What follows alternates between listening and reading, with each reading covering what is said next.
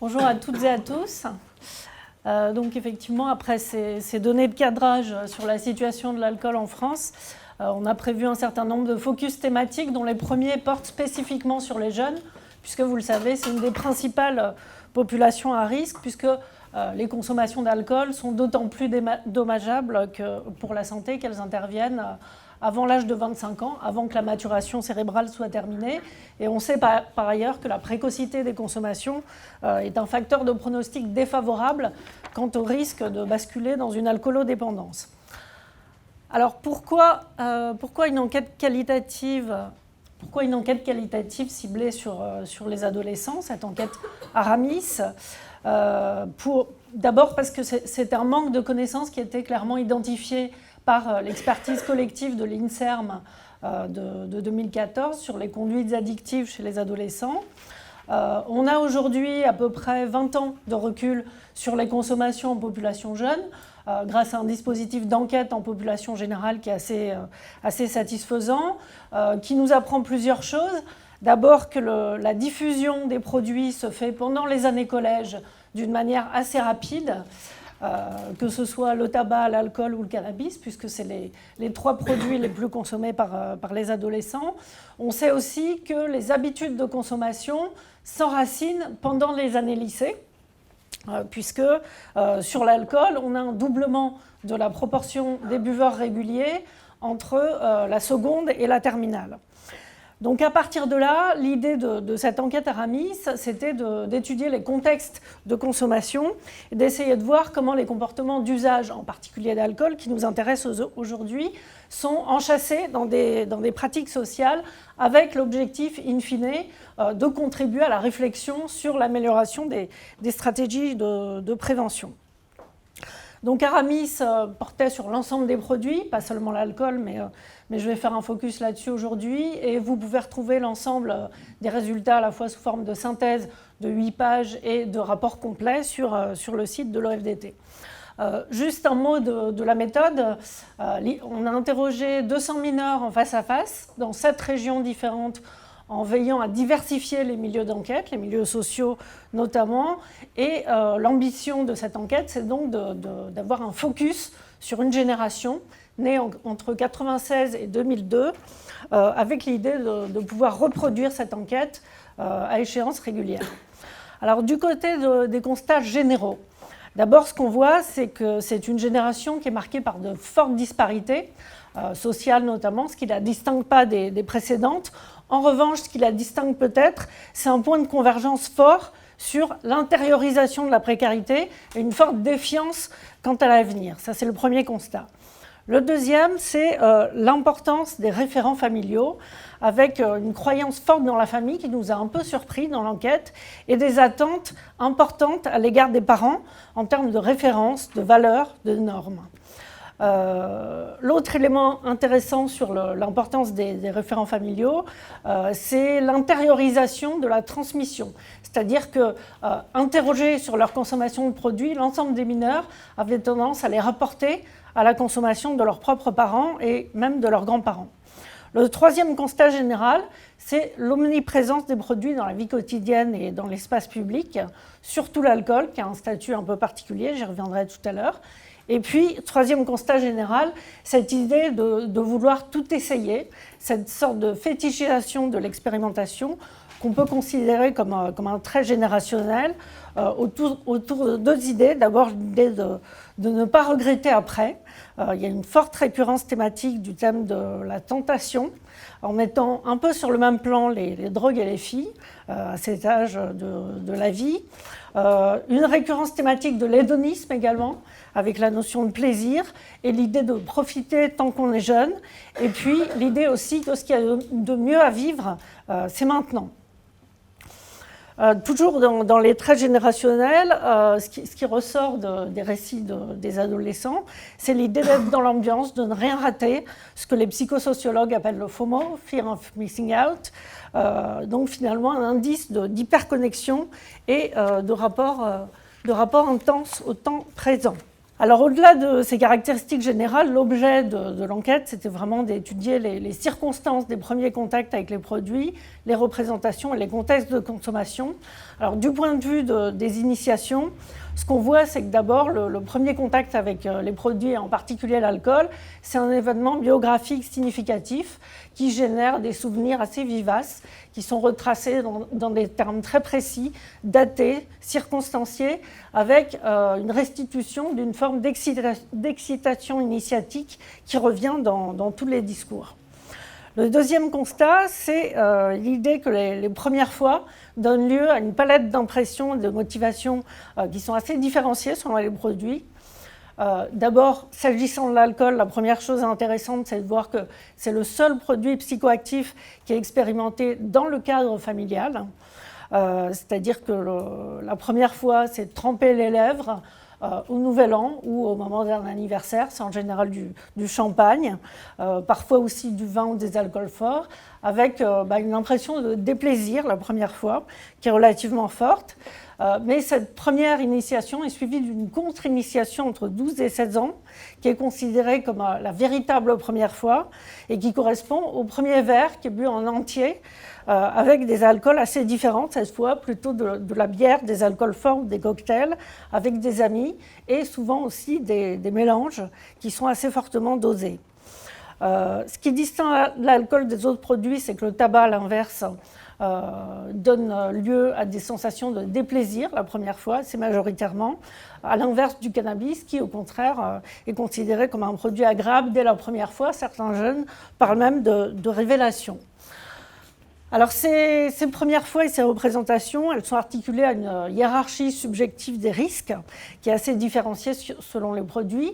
Ce qu'on voit, c'est que la cigarette cristallise les représentations les plus négatives dans tous les groupes. Elle est véritablement frappée de disgrâce et paradoxalement, elle n'est pas vraiment considérée comme une drogue. Alors ce phénomène de dénormalisation, il a été décrit dans un certain nombre de nos publications.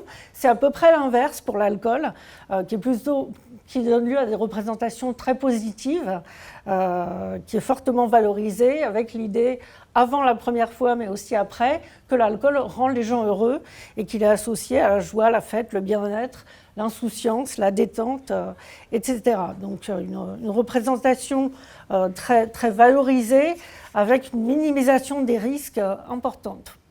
Dans ce rapport au produit, c'est la dimension d'expérience qui est au centre du rapport à l'alcool, avec l'idée que toutes les initiations sont déterminées par des logiques de sociabilité, une importance forte de l'avoir fait, d'être passé de l'autre côté, d'avoir vécu ce rite de passage, et aussi l'enjeu de conformation sociale et d'inclusion, avec une déception parfois, voire une culpabilité de ne pas aimer l'alcool par certains adolescents. On a par exemple un jeune de 13 ans qui nous dit qu'il faut être un minimum plus âgé pour aimer ça, je suis sûre que j'y viendrai un jour. Donc cette idée que c'est inéluctable et qu'on y viendra forcément un jour. Il y a également un intérêt pour les effets dans le contexte particulier de l'adolescence, avec l'idée d'expérimenter des choses, une hyper-attention aux effets de l'alcool sur soi, mais aussi sur les autres, et une dimension de crainte et de plaisir, mais finalement peu de sentiments de transgression, y compris avec les drogues illicites comme le cannabis. Et puis le troisième ressort de ces expérimentations, c'est une recherche d'apesanteur, c'est-à-dire que l'expérience psychoactive, en particulier avec l'alcool, c'est vraiment la recherche d'une parenthèse, d'un instant de repos et de flottement, connecté également, alors là c'est plutôt sur la question du cannabis, avec une problématique du sommeil qui est assez forte dans cette génération, mais d'une façon générale, l'expérience psychoactive, c'est vraiment l'idée d'arrêter le mouvement des pensées et de prendre une pause. Alors l'inscription dans des pratiques d'usage d'alcool, elle est d'autant plus facile que l'alcool répond bien au type d'expériences psychoactives qui sont recherchées à cet âge, mais aussi au fait que c'est perçu comme un produit de consommation courante, qui n'est pas tellement stigmatisé et qui est facile à trouver. Alors le premier point, c'est l'hyperaccessibilité de l'alcool et la normalisation quasi généralisée de ce produit, avec le sentiment d'une offre omniprésente. L'ensemble des mineurs qu'on a interrogés ont déjà vu leurs parents boire. C'est un produit qui est familier, d'abord dans le cercle familial, mais aussi dans la rue, les images médiatiques. Donc quelque chose qui est perçu comme proche et d'une extrême familiarité. Il y a également un effet de normalisation précoce, puisqu'à partir du moment où l'alcool est présent dans la famille, il est considéré comme légitime assez spontanément. On a aussi des discours sur l'alcool comme ressource économique, avec notamment une partie des mineurs dont les parents travaillent dans la filière viticole ou dans les métiers de bouche. Et puis une intériorisation du discours des adultes sur la tradition, le bien vivre, et tous les éléments de patrimoine et les références culturelles qui peuvent être associés au vin, avec une distinction spontanée entre l'alcool et le vin, dont la noblesse est vantée par certains adolescents, en particulier ceux qui y ont déjà goûté. Et finalement, dans la manière dont c'est retracé, ça ressemble plus à un produit alimentaire un peu prestigieux comme le foie gras qu'à une drogue. Le deuxième point intéressant, c'est l'enjeu de sociabilité qu'il y a derrière les pratiques d'usage, et là encore en particulier avec l'alcool. C'est un support de réjouissance collective, de fête, de convivialité, et un produit finalement assez monocolore du point de vue des usages, avec une fréquence des incitations à au moins essayer qui est importante, puisque sur 200 mineurs, il n'y en a aucun qui n'avait jamais eu d'occasion de consommer. Et puis, comme je le disais tout à l'heure, un sentiment d'injonction fort et des discours défensifs parmi ceux qui n'aiment pas l'alcool, puisque la plupart des jeunes qu'on a interrogés considèrent que s'ils ne boivent pas aujourd'hui, ils boiront forcément un jour. Pour illustrer cette place quasi incontournable de l'alcool dans les sociabilités juvéniles, même si ce n'est pas une enquête représentative, juste une petite diapo qui vous montre que tout ce qui est en rouge, assuré ou en rouge plein, c'est des adolescents qui ont consommé de l'alcool au moins une fois dans l'année. Donc on voit qu'il y en a 3 sur 4 qui sont dans cette situation, le plus souvent avec du tabac et du cannabis, mais aussi seuls. Donc finalement, l'alcool est le produit psychoactif le plus souvent consommé, à l'exception de tout autre. S'il doit y en avoir qu'un seul, ça sera celui-là, pour résumer un peu rapidement. Un des enjeux de cette enquête, c'était aussi de montrer une série d'oppositions entre les usages qui sont associés à des ambiances et des moments particuliers. Alors, de ce point de vue-là, on peut faire un contraste entre les produits du quotidien, comme le tabac, qui accompagne différents moments de la journée, qui est intégré à la vie quotidienne, et les produits exhausteurs de sensations, comme on pourrait les appeler, avec l'idée de mieux profiter de la fête. C'est le cas de l'alcool. Et le cannabis, ce qui est intéressant, c'est qu'il est vraiment entre les deux. Ça peut être à la fois un produit du quotidien et un produit qu'on va utiliser plutôt la nuit. C'est aussi la deuxième distinction, les produits de journée et les produits de nuit. Le deuxième aspect sur les goûts et les atmosphères associés aux produits, c'est cette dichotomie entre les produits de convivialité et les produits de confort, qui sont des sortes de régulateurs. Et de ce point de vue-là, l'alcool a une place très particulière, puisqu'il est considéré comme l'ingrédient incontournable de la fête et des vraies soirées. Alors cette notion de vraie soirée, elle est beaucoup revenue dans les entretiens. En gros, la vraie soirée, c'est ce qui s'oppose au boom ou au goûter, qu'on peut avoir avant l'adolescence, et ce qui permet de distinguer les grosses soirées des plus petites, c'est justement les quantités d'alcool disponibles et des alcools forts en particulier qui sont bien là. L'autre aspect, évidemment, c'est les modalités d'initiation au plaisir de la nuit, avec un rapport fort entre alcool et sexualité, en particulier chez les garçons. Il suscite beaucoup plus de méfiance chez les filles, qui est revenu dans les entretiens d'une manière assez euphémisée, mais qui était toujours un peu présent en filigrane. Alors ce qui est intéressant, et ça fait écho au chiffre qui a été présenté tout à l'heure par Christophe Pahl, c'est qu'effectivement la proportion des non-expérimentateurs d'alcool, elle a tendance à augmenter dans les dernières années. Donc dans Aramis, les quelques rares adolescents qui n'avaient pas du tout essayé l'alcool, on les a interrogés justement pour essayer de savoir ce qui fait qu'ils n'avaient pas eu d'occasion. Alors déjà, ce qui est intéressant, c'est de voir cette forme de fierté personnelle dont ils font montre, avec l'idée que c'est un signe distinctif de ne pas avoir consommé, et c'est vraiment quelque chose qu'ils revendiquent en tant que tel, avec des signes d'auto-héroïsation, presque une mythologie de la résistance qu'on retrouve dans leur discours, puisqu'ils auraient résisté à la pression majoritaire et se seraient imposés avec leur indépendance, leur individualité, leur personnalité. on retrouve aussi des discours assez méprisants, voire virulents à l'égard de ceux qui consomment de l'alcool, qui manqueraient d'indépendance, de vertu, d'amour-propre. Les profils associés sont assez similaires chez ces non-expérimentateurs d'alcool. D'abord, c'est souvent des jeunes qui ont des ambitions sportives, qui font beaucoup de sport et qui, pour certains, voudraient faire carrière dans ce secteur. Ceux qui ont un parent ou un proche alcoolique ou identifié comme tel, ceux qui sont entourés de pères non consommateurs, donc ça c'est quelque chose qu'on retrouve beaucoup chez les jeunes de confession musulmane, donc surtout l'appartenance religieuse qui est vraiment ressortie très massivement de l'enquête Aramis, et également les conflits de loyauté auxquels ça donne lieu, c'est-à-dire qu'on a des jeunes qui à la fois sont très tentés par les soirées, l'alcool, les filles, et qui en même temps ont ce conflit de loyauté avec ce qu'ils identifient comme une injonction familiale ou religieuse de rester abstinent. Donc on a deux types d'opposition dans ce cas-là, ceux qui arrivent à assumer l'ambivalence et ceux qui cherchent des substituts, donc en particulier chez les jeunes filles, la pratique d'usage de la chicha, par exemple, est clairement utilisée comme substitut. Je termine avec une diapo sur les jeux de régulation et de dérégulation qui sont intéressants à observer à l'adolescence, puisque l'alcool se prête à des jeux d'adolescents. C'est d'abord un support d'apprentissage, il faut aussi le voir comme ça, avec l'idée d'essayer une identité, voir ce qui va et ce qui ne va pas pour soi et pour les autres.